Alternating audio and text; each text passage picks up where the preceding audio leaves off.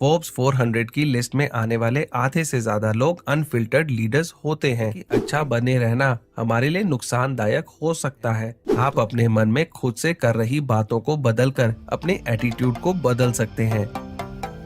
Hello brain book army, स्वागत है आपका ब्रेन बुक चैनल में, जहां पर आप देख सकते हैं कंप्लीट बुक समरीज। आज मैं आपके लिए एरिक बार्कर की book barking up the wrong tree की कंप्लीट बुक समरी लेकर आया हूं। ये बुक कुछ सिंपल लेकिन इंटरेस्टिंग फैक्ट्स का खुलासा करती है, जिनसे पता चलता है कि हमें सक्सेस के बारे में जितनी भी बातें बताई जाती हैं, उनमें से ज्यादातर बातें बिल्कुल गलत हैं। जैसे कि सक्सेसफुल होने के लिए आपको कड़ी मेहनत करनी पड़ती है या बहुत ज्यादा पढ़ाई करने वाले स्टूडेंट्स ही लाइफ में आगे बढ़ते हैं। एरिक बार्कर ने इन सभी बातों के दूसरे पहलू को बताने की कोशिश की है। उन्होंने इस बुक में सक्सेस के पीछे की एक्स्ट्रॉर्डिनरी साइंस के बारे में बताया है और ऐसे प्रैक्टिकल आइडियाज की बात की है जिनकी मदद से आप भी सक्सेस अचीव कर सकते हैं और खुशहाल जीवन जी सकते हैं। दोस्तों, इससे पहले कि आप इस वीडियो में बताई जा रही अनमोल जानकारी में खो जाएं, मैं आपको बताना चाहूंगा कि आपके अपने चैनल ब्रेन बुक पर मैं आपके लिए लाइफ चेंजिंग और इंस्पायरिंग बुक्स की कंप्लीट बुक समरीज लेकर आता हूं। तो अगर आपने अभी तक ब्रेन बुक को सब्सक्राइब नहीं किया है तो अभी सब्सक्राइब करें और बेल बटन भी दबा दें ताकि आप देख सकें इन वीडियोस को सबसे पहले। इस वीडियो के एंड में मैं बताई गई सभी इम्पोर्टेंट बातों को शॉर्ट में दोबारा दोहरा दूंगा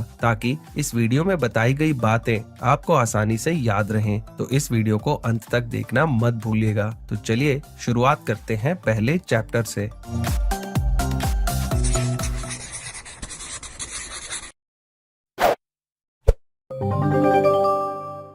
chapter 1, should we play it safe and do what we are told if we want to succeed. जीवन में कभी कभी वीकनेस भी स्ट्रेंथ बन जाती है और जो चीज हमें स्ट्रेंथ जैसी नजर आती है वही हमारी सबसे बड़ी वीकनेस भी बन सकती है।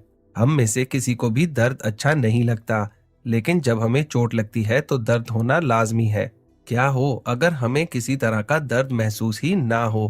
क्या ऐसी कोई क्षमता इस दुनिया में मौजूद है? तो इसका जवाब है कि हाँ, दुनिया में ऐसे कई लोग हैं जिन्हें किसी भी तरह का कोई दर्द महसूस नहीं होता है।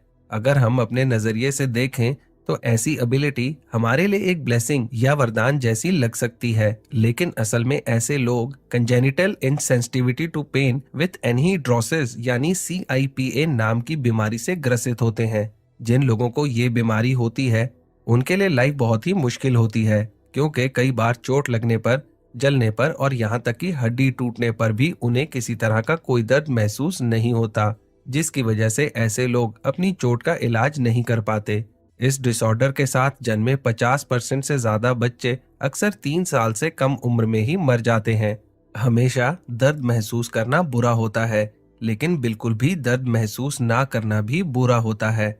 हमारे सर्वाइवल के लिए दर्द बहुत जरूरी है, क्योंकि जब हमें दर्द होता है तो इसका मतलब है कि हमारी बॉडी में किसी तरह की प्रॉब्लम है जिस पर ध्यान देने की जरूरत है।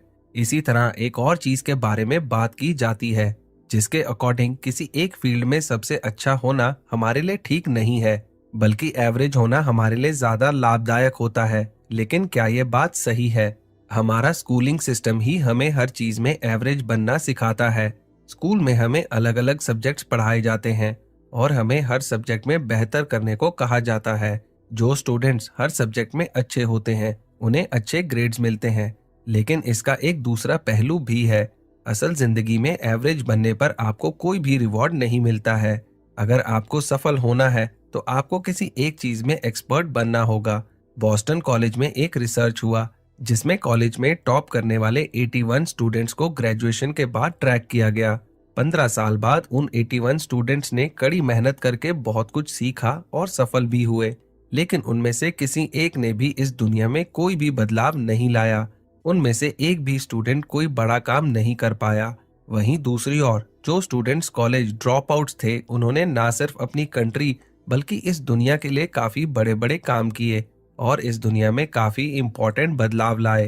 हार्वर्ड में हुए एक स्टडी में लीडर्स को 2 कैटेगरीज में बांटा गया। पहला फिल्टर्ड लीडर्स और दूसरा अनफिल्टर्ड लीडर्स। फिल्टर्ड लीडर्स वो थे जो स्कूल के फॉर्मल सिस्टम से आते थे। फिल्टर्ड लीडर्स टॉप पर आने के लिए हमेशा सभी रूल्स को फॉलो करते हैं और अनफिल्टर्ड लीडर्स टॉप पर आने के लिए सभी रूल्स और रेगुलेशंस को फॉलो नहीं करते। एप्पल और माइक्रोसॉफ्ट जैसी कंपनीज के फाउंडर्स कॉलेज ड्रॉपआउट्स थे, जो अनफिल्टर्ड लीडर्स की कैटेगरी में आते हैं। फोर्ब्स 400 की लिस्ट में आने वाले आधे से ज्यादा लोग अनफिल्टर्ड लीडर्स होते हैं, जिनकी नेटवर्थ फिल्टर लीडर्स से ज्यादा होती है। तो ऐसी कौन सी चीज है जो अनफिल्टर्ड लीडर्स को फिल्टर्ड लीडर्स से बेहतर बनाती है? दरअसल अनफिल्टर्ड लीडर्स में कुछ ऐसी क्वालिटीज होती हैं जो शुरुआत में गलत लग सकती हैं, लेकिन कुछ सिचुएशंस में ये क्वालिटीज बहुत काम की होती हैं। एग्जाम्पल के तौर पर, क्या आप एक ऐसा इंसान बनना चाहेंगे जिसकी अपर बॉडी काफी लंबी हो और पैर छोटे हों? शायद नहीं, है ना? लेकिन अमेरिकन स्विमर माइकल फेल्प्स इस तरह के शरीर के साथ ही जन्मे थे और यही उनके लिए एक वरदान बन गया। इस तरह का शरीर स्विमिंग के लिए सबसे अच्छा होता है और इसलिए उनके शरीर ने उन्हें इतने सारे ओलंपिक मेडल जीतने में उनकी मदद की। तो इस तरह से किसी सही सिचुएशन में कुछ बुरा भी अच्छा बन सकता है और कुछ अटपटा भी सुंदर बन सकता है। इसलिए अगर आप में कुछ ऐसी क्वालिटी है जो शायद अलग है या लोगों के हिसाब से सही नहीं है, तो ऐसी सिचुएशन की खोज करें जहां आपकी बैड क्वालिटी आपकी ताकत बन जाए।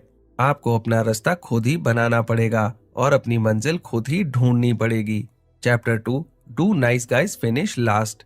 माइकल स्वेंगो एक सीरियल किलर था जिसने सैकड़ों लोगों की जानें ली, लेकिन फिर भी एक लंबे अरसे तक उसे कोई पकड़ नहीं पाया। वो एक डॉक्टर था और अपने पेशेंट्स को जहर देकर मार दिया करता था। एक बार उसे एक नर्स ने एक पेशेंट को जहर देते हुए देख लिया और नर्स ने इस बारे में हॉस्पिटल के ऑफिसर्स को बता दिया, जिससे सभी को इस बात का पता चल गया कि माइकल स्वेंगो एक सीरियल किलर था। अब आप ये सोच रहे होंगे कि इस घटना के बाद वो जरूर पकड़ा गया होगा और उसे सजा मिली होगी, लेकिन दुख की बात यह है कि ऐसा कुछ भी नहीं हुआ। हॉस्पिटल मैनेजमेंट को ये लगा कि अगर ये बात बाहर आई तो इससे हॉस्पिटल की बहुत बदनामी होगी और हॉस्पिटल बंद हो जाएगा। इस वजह से हॉस्पिटल मैनेजमेंट ने माइकल स्वेंगो के खिलाफ कोई भी एक्शन नहीं लिया और वो लंबे समय तक वहां काम करता रहा, जिसके बाद माइकल स्वेंगो और भी मर्डर्स करता रहा और उसने 100 से भी ज्यादा मासूम लोगों की जान ले ली। ऑफिस पॉलिटिक्स में भी कुछ इसी तरह की चीज देखी जाती है, जहां कड़ी मेहनत की जगह दिखावा ज्यादा चलता है। आपके हार्डवर्क करने से ज्यादा इम्पोर्टेंट ये बात है कि आपके बॉस को ये लगे कि आप हार्डवर्क कर रहे हैं। अगर आप बहुत ज्यादा हार्डवर्क कर रहे हैं और इसके बारे में कोई नहीं जानता, तो फिर आपको कोई अप्रिशिएट क्यों करेगा? अक्सर ऐसा भी देखा गया है कि ऐसे लोग जो हार्डवर्क करते हैं, उनसे ज्यादा वो लोग अपने करियर में ज्यादा प्रोग्रेस करते हैं जो पावर के भूखे होते हैं। तो इस तरह से हम देख सकते हैं कि अच्छा बने रहना हमारे लिए नुकसानदायक हो सकता है। तो ऐसे में क्या आपको एक अच्छा इंसान बने रहना चाहिए? हाँ, क्योंकि ऊपर बताई गई सभी बातें सिर्फ शॉर्ट टर्म में काम आ सकती हैं। लॉन्ग टर्म में हमेशा अच्छे इंसान ही जीतते हैं। राइटर कहते हैं कि आमतौर पर 3 तरह के इंसान होते हैं: the givers, the takers and the matures. Givers सबसे ज्यादा दयालु इंसान होते हैं। जब भी उनसे कोई मदद मांगता है तो भले ही वो अफोर्ड ना कर पाते हों, लेकिन वो मदद जरूर करते हैं। ऐसे लोग सबसे ज्यादा मददगार होते हैं और उनके बहुत से दोस्त उनके कर्जदार होते हैं। कुछ गिवर्स सफल हो जाते हैं, जबकि कुछ गिवर्स का फायदा उठाया जाता है। टेकर्स आमतौर पर सेल्फिश इंसान होते हैं। ऐसे लोग ज्यादातर दूसरों का शोषण करने में ज्यादा इंटरेस्टेड होते हैं। किसी की मदद करने में इनकी कोई खास रुचि नहीं होती। शॉर्ट टर्म में ऐसे लोगों को बहुत फायदा होता है, लेकिन ये लोग ज्यादा से ज्यादा लोगों का फायदा उठाकर उनके रिसोर्सेज का इस्तेमाल करते हैं। लेकिन लंबे समय में दूसरे लोग टेकर्स की नेचर को समझ जाते हैं और उनसे दूर हो जाते हैं, और जैसे जैसे टाइम बीतता जाता है लोग इनसे दूर होते जाते हैं। मैचर्स में एक बैलेंस्ड बिहेवियर देखा जाता है। जब कोई उनकी मदद करता है तो टाइम आने पर ऐसे लोग वापस मदद जरूर करते हैं, लेकिन प्रॉब्लम बस ये है कि ऐसे लोग कभी भी किसी चीज की शुरुआत नहीं करते और दूसरों के फीडबैक का इंतजार करते हैं। टेकर्स कभी भी मैचर्स का दोबारा शोषण नहीं कर सकते। इन सभी बातों से ये पता चलता है कि लंबे समय में टेकर्स ज्यादा सक्सेसफुल नहीं हो सकते। मैचर्स ज्यादातर एवरेज कैटेगरी में आते हैं। गिवर्स या तो बहुत ज्यादा सक्सेसफुल होते हैं या फिर बहुत ज्यादा अनसक्सेसफुल, क्योंकि टेकर्स अक्सर गिवर्स का फायदा उठाते हैं, इसलिए कुछ गिवर्स सक्सेसफुल नहीं हो पाते। लेकिन जब कुछ गिवर्स इस बात को समझ जाते हैं कि दूसरे उनका फायदा उठा रहे हैं, तो ऐसे गिवर्स बहुत ज्यादा सक्सेसफुल होते हैं। Chapter 3, do quitters never win and winners never quit. लगभग हम सभी जानते हैं कि अगर हम किसी एक चीज पर फोकस करें और उस पर मेहनत करें तो हमें उसमें सक्सेस जरूर मिलती है। लेकिन अब सवाल ये उठता है कि इस बात को जानते हुए भी सभी लोग ऐसा क्यों नहीं करते। दरअसल ये बात पूरी तरह से आपके एटीट्यूड पर निर्भर करती है। हम अपने मन में हर मिनट लगभग 500 से 1000 वर्ड्स खुद से कहते हैं। अब ये वर्ड्स या तो पॉजिटिव हो सकते हैं या फिर नेगेटिव। अगर आप खुद से हमेशा पॉजिटिव बातें करते हैं तो आप एक ऑप्टिमिस्टिक यानी आशावादी इंसान हैं। लेकिन अगर आप खुद से ज्यादा नेगेटिव बातें ही करते हैं तो आप एक पेसिमिस्टिक यानी निराशावादी इंसान हैं। जैसे कि अगर आप खुद से कहते हैं कि मैं ये काम नहीं कर सकता या फिर मेरी किस्मत ही खराब है, तो आप पूरी तरह से असहाय महसूस करते हैं। दूसरी ओर अगर आप खुद से पॉजिटिव बातें करते हैं तो आप किसी भी काम के लिए हमेशा कॉन्फिडेंट रहेंगे। लेकिन ऑप्टिमिज्म की वजह से सक्सेस कैसे मिलती है? इसका जवाब बिल्कुल आसान है। जब आप कुछ करते हैं और बार बार कोशिश करते हैं तो इस बात की पूरी संभावना होती है कि आप उस चीज में सक्सेसफुल हो जाएंगे। लेकिन अगर आप कोशिश करना छोड़ देते हैं तो फिर उस काम में सक्सेस हासिल करना नामुमकिन हो जाता है। तो आप अपने आप को एक पेसिमिस्ट से ऑप्टिमिस्टिक कैसे बना सकते हैं? आप अपने मन में खुद से कर रही बातों को बदलकर अपने एटीट्यूड को बदल सकते हैं। आप अपने मन में खुद से जिस तरह की बातें कर रहे होते हैं अक्सर आप उसी तरह के एक्शंस ले रहे होते हैं। अगर आप इस बात पर बिलीव करते हैं कि आप कुछ बड़ा कर सकते हैं तो आप सक्सेसफुल बन सकते हैं, तो मुश्किल से मुश्किल सिचुएशन को भी आप आसानी से पार कर जाएंगे। लेकिन वहीं अगर आपका बिलीफ नेगेटिव होगा तो आप कुछ भी नहीं कर पाएंगे और आपके पास फेल्यूर के अलावा दूसरा कोई ऑप्शन नहीं होगा। एक रिसर्च से ये पता चलता है कि एक एवरेज गेमर गेम्स खेलते वक्त 80% से ज्यादा बार फेल होता है, लेकिन वो फिर भी इससे निराश नहीं होता और फेल होने के बावजूद उस गेम में आगे बढ़ने की कोशिश करता रहता है। हालांकि ये गेम्स काफी मुश्किल और रेपिटेटिव होते हैं, लेकिन इसके बावजूद एक गेमर गेम खेलना नहीं छोड़ता। ऐसी कौन सी बात है जो गेम्स को इतना स्पेशल बनाती है? दरअसल गेम्स खेलते वक्त अपने मन में एक अलग तरह की स्टोरी बनाते हैं जो हमें मिशन की तरह लगता है और जिसे पूरा करने पर हमें बहुत मजा आता है। लगभग सभी गेम्स में कुछ चीजें कॉमन होती हैं, जैसे कि इन गेम्स में जीतना पॉसिबल है, इनमें चैलेंजेस होते हैं और इसमें हर स्टेज को पार करने के बाद फीडबैक के रूप में पॉइंट्स या रिवॉर्ड्स मिलते हैं। हालांकि सभी गेम्स में काफी डिफिकल्ट चैलेंजेस होते हैं, लेकिन इसके बावजूद हमें पता चलता है कि हम जीत सकते हैं। जब भी आप किसी गेम के नेक्स्ट लेवल पर पहुंचते हैं तब आपको नए चैलेंजेस का सामना करना पड़ता है और जैसे ही आप इस लेवल में पास या फेल होते हैं तो रिजल्ट तुरंत आपके सामने होता है। इन सभी चीजों के कारण गेम्स हमारे लिए काफी इंटरेस्टिंग बन जाते हैं।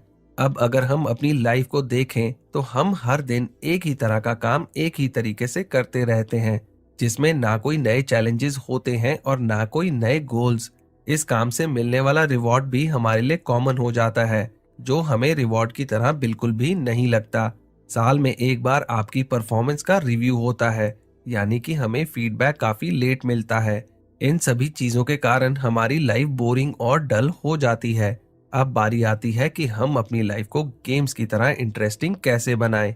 इसके लिए नए नए चैलेंजेस को फेस करें, अपने दिमाग में अपने गोल्स को बिल्कुल क्लियर रखें, नया स्किल सीखें और अपने काम पर लोगों से तुरंत फीडबैक लें और उसे बेहतर करने की कोशिश करें। Chapter 4, it's not what you know, it's who you know. हमारी दुनिया में हर काम एक टीम या नेटवर्किंग द्वारा ऑर्गेनाइज होता है। एक रिसर्च से ये पता चलता है कि एक्सट्रोवर्ट्स यानी ज्यादा बात करने वाले लोग इंट्रोवर्ट्स यानी कम बात करने वाले लोगों से ज्यादा पैसे कमाते हैं। एक्सट्रोवर्ट्स के लिए आमतौर पर फ्रेंड्स बनाना आसान होता है, लेकिन जो लोग इंट्रोवर्ट्स होते हैं उनके लिए एक अच्छा नेटवर्क बनाना मुश्किल होता है। दरअसल एक बड़ा नेटवर्क सभी के लिए बहुत जरूरी है और इसके कई फायदे हैं, जैसे कि अगर आप किसी प्रॉब्लम के बीच फंस जाएं तो अच्छी नेटवर्क होने पर आप उस प्रॉब्लम से आसानी से बाहर निकल सकते हैं। जब आपका नेटवर्क अच्छा होता है तो आपको नई नई अपॉर्चुनिटीज के बारे में पता चलता है। दूसरों के साथ जब आपके रिलेशंस अच्छे होते हैं तो आपको जॉब मिलने में आसानी होती है। अक्सर इंट्रोवर्ट्स इन सभी बातों को अच्छी तरह से जानते हैं, लेकिन इसके बावजूद वो इस बारे में ज्यादा कुछ नहीं करते। तो आइए जानते हैं कि इंट्रोवर्ट्स किस तरह से नए दोस्त बना सकते हैं और लोगों से खुलकर बातें कर सकते हैं। आप ये बात पिछले चैप्टर में जान चुके हैं कि गिवर्स के बहुत सारे दोस्त होते हैं, इसलिए एक गिवर बनने की कोशिश करें जिससे लोग आसानी से आपके दोस्त बन जाएंगे। किसी सोशल ग्रुप से जुड़ें जहां आपको नए नए दोस्त बनाने की अपॉर्चुनिटी मिलती है। दूसरों से बात करते वक्त उनकी और अपने बीच की सिमिलैरिटीज पर ध्यान दें और सामने वाले से उसी टॉपिक पर ज्यादा बात करने की कोशिश करें। अब ज्यादा दोस्ती एक अच्छी बात है, लेकिन यही चीज कभी कभी बहुत बड़ा डिस्ट्रैक्शन बन जाती है। यही कारण है कि बेशक एक्सट्रोवर्ट्स ज्यादा पैसे कमाते हैं, लेकिन इंट्रोवर्ट्स अपने फील्ड के एक्सपर्ट होते हैं। मैल्कम ग्लैडवेल ने अपनी बुक आउटलाइनर्स में इस बात को साफ साफ बताया है कि किसी भी फील्ड में एक्सपर्ट बनने के लिए आपको उस चीज में लगभग 10,000 घंटे की प्रैक्टिस लगती है, क्योंकि एक्सट्रोवर्ट्स का नेटवर्क इतना बड़ा होता है कि उनके पास अपने फील्ड में एक्सपर्टाइज हासिल करने का टाइम ही नहीं बचता है। वहीं इंट्रोवर्ट्स ज्यादातर अकेले होते हैं, इसलिए उनके पास अपने स्किल में एक्सपर्टाइज हासिल करने का पूरा टाइम होता है। Chapter 5, believe in yourself sometimes. सन 1985 से लेकर सन 1993 तक Garry Kasparov world chess champion थे। उन्हें आज तक का सबसे बड़ा चेस प्लेयर माना जाता है। सन 1997 में डी ब्लू नाम के एक कंप्यूटर और गैरी कैस्परोव के बीच एक चेस का मैच कराया गया।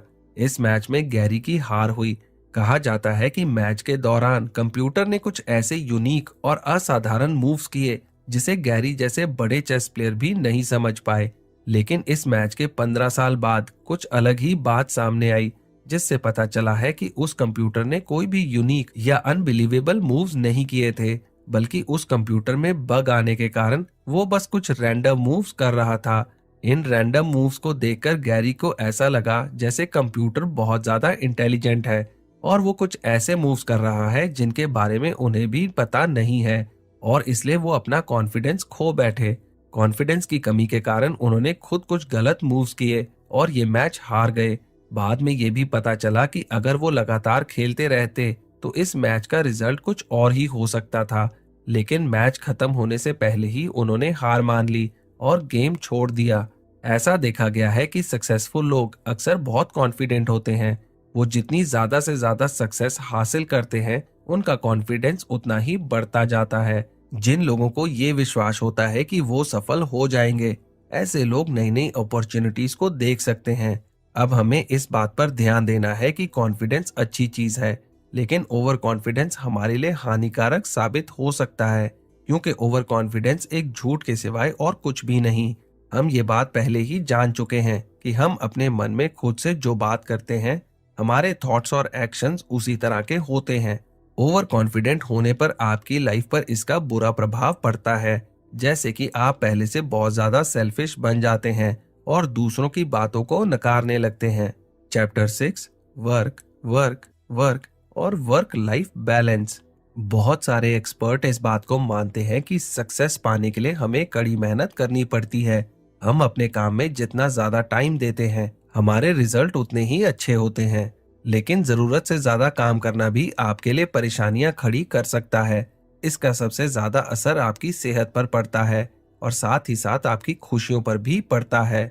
ब्रॉनी वेयर की book the top 5 regrets of the dying में मौत के करीब लोगों का एक पछतावा ये भी था कि काश मैंने कड़ी मेहनत नहीं की होती। स्वीडिश वर्कर्स पर हुए एक रिसर्च से पता चलता है कि जब आप कोई ऐसा काम करते हैं जो आपको पसंद नहीं है और आप लंबे समय तक ऐसा काम करते हैं, तो आपको स्ट्रेस, चिंता और दर्द का सामना करना पड़ता है, जिसकी वजह से आपको डिप्रेशन, हार्ट डिजीज और कैंसर तक हो सकता है। अगर आप ज्यादा देर तक काम करते हैं तो इसका मतलब है कि आप घर पर ज्यादा टाइम नहीं दे पाते, जिसकी वजह से आपकी फैमिली के साथ आपके रिलेशंस खराब हो सकते हैं। इस तरह की प्रॉब्लम ज्यादातर क्रिएटिव लोगों जैसे साइंटिस्ट, पेंटर्स और राइटर्स के साथ होती है। अक्सर ऐसे लोग अपने काम को परफेक्ट बनाने के चक्कर में इतने ज्यादा बिजी रहते हैं कि अपने घर परिवार को टाइम ही नहीं दे पाते। काम के साथ साथ आपको रिलैक्स करने की भी जरूरत है, और रिलैक्सेशन का सबसे अच्छा तरीका है नींद। एक रिसर्च से पता चलता है कि जब आप सही तरीके से पूरी नींद नहीं लेते तो आपके दिमाग में सोचने समझने की शक्ति कम हो जाती है। नींद की कमी का प्रभाव सिर्फ आपकी एनर्जी और आपकी सोच पर ही नहीं पड़ता, बल्कि इससे आपके इमोशंस भी प्रभावित होते हैं। इसके साथ साथ आपको अपने रिलेशनशिप पर भी ध्यान देना होगा, अपनी फैमिली के साथ क्वालिटी टाइम बिताना होगा। वर्क लाइफ बैलेंस को अचीव करने के लिए सबसे पहले आपको अपनी सक्सेस की डेफिनेशन को क्लियर करना होगा। क्या आपकी लाइफ में सक्सेस का मतलब सिर्फ पैसा है? तो फिर आप गलत हैं, क्योंकि पैसा सक्सेस का बस एक पार्ट है। जब तक आप अपनी लाइफ के दूसरे एस्पेक्ट्स यानी हेल्थ, रिलेशनशिप, हैप्पीनेस जैसी चीजों पर ध्यान नहीं देते, तब तक चाहे आप जितने घंटे भी काम कर लें, आप सक्सेसफुल नहीं बन सकते। तो दोस्तों, जैसे कि मैंने आपसे कहा था कि इस वीडियो के एंड में मैं बताए गए सारे इंपॉर्टेंट पॉइंट्स को दोबारा दोहराऊंगा। तो चलिए सारी इंपॉर्टेंट बातों पर एक बार फिर से नजर डाल लेते हैं। लाइफ में कभी कभी वीकनेस भी स्ट्रेंथ बन जाती है। जो चीज हमें स्ट्रेंथ जैसी नजर आती है, वही हमारी सबसे बड़ी वीकनेस भी बन सकती है। शॉर्ट टर्म में भले ही बुरे लोग जीत जाएं, लेकिन लॉन्ग टर्म में हमेशा अच्छे इंसान ही जीतते हैं। अपने मन में खुद से हमेशा पॉजिटिव बातें करें और एक पॉजिटिव एटीट्यूड रखें। एक्सट्रोवर्ट्स ज्यादा पैसे कमाते हैं, लेकिन इंट्रोवर्ट्स अपने फील्ड के एक्सपर्ट होते हैं। सफल लोग अक्सर बहुत कॉन्फिडेंट होते हैं। वो जितनी ज्यादा से ज्यादा सक्सेस हासिल करते हैं, उनका कॉन्फिडेंस उतना ही बढ़ता जाता है। वर्क लाइफ बैलेंस को अचीव करने के लिए सबसे पहले आपको अपनी सक्सेस की डेफिनेशन को क्लियर करना होगा। तो दोस्तों, मुझे उम्मीद है कि आपको barking up the wrong tree book पर बना ये वीडियो बहुत पसंद आया होगा। मैं जल्दी आपके लिए एक नया लाइफ चेंजिंग वीडियो लेकर आऊंगा। तो चलिए मिलते हैं अगले वीडियो में। आपका समय शुभ हो।